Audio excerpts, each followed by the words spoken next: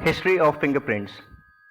Thousands of years before the birth of Jesus Christ, fingerprints were used on pottery to indicate the maker and the brand of pottery.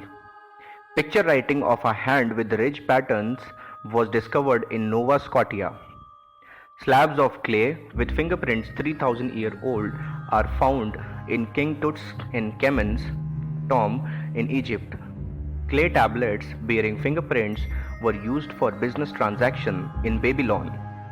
In ancient Assyria, fingerprints served as a seal to give authenticity to documents of importance treasured in British Museum. Various official government papers had fingerprints in Persia, Iran.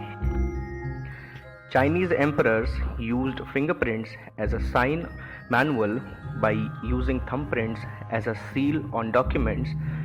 The seals were of clay with impressions of thumb on one side and the name of the owner on the other. In Japan, fingerprints were used on certain prehistoric potteries. Ancient usage. BC 246 to 210, Emperor Shi was the first emperor to use such seals in China. In 702 AD, under law of Taiho, when a Japanese husband preferred divorce charges, he had to imprint the mark of his index finger after his name on the document. Medieval period. In 1851 AD, an Arabian merchant, Solomon, wrote that in China creditors' bills were marked by a debtor with his fingers, middle and index together. 960 AD to 1278 AD, during Sung period in China, the deeds of sale were sometimes signed by fingerprints by the negotiating parties. Fingerprint along with palm prints known as panja were used in India even during the Mughal period. In the province of Bengal in India, Tip Sahib, which means signature by impression, is in use since very long time.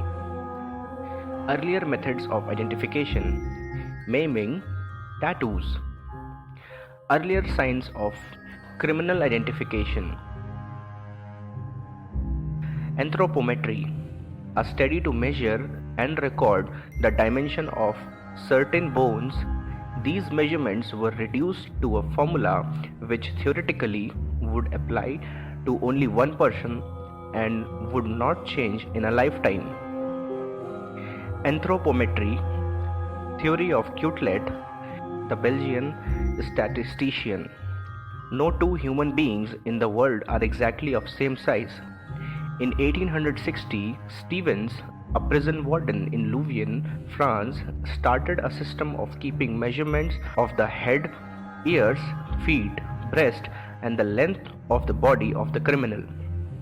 This system was further standardized by Alphonse Bertillon, a clerk in the police department of Paris, who was also appointed as a director of the Bureau of Identification, established in 1882. The new method of identification, namely anthropometry or the Bertillon system, proved to be unreliable when the measurement of a person were found to be same as those of a person registered earlier.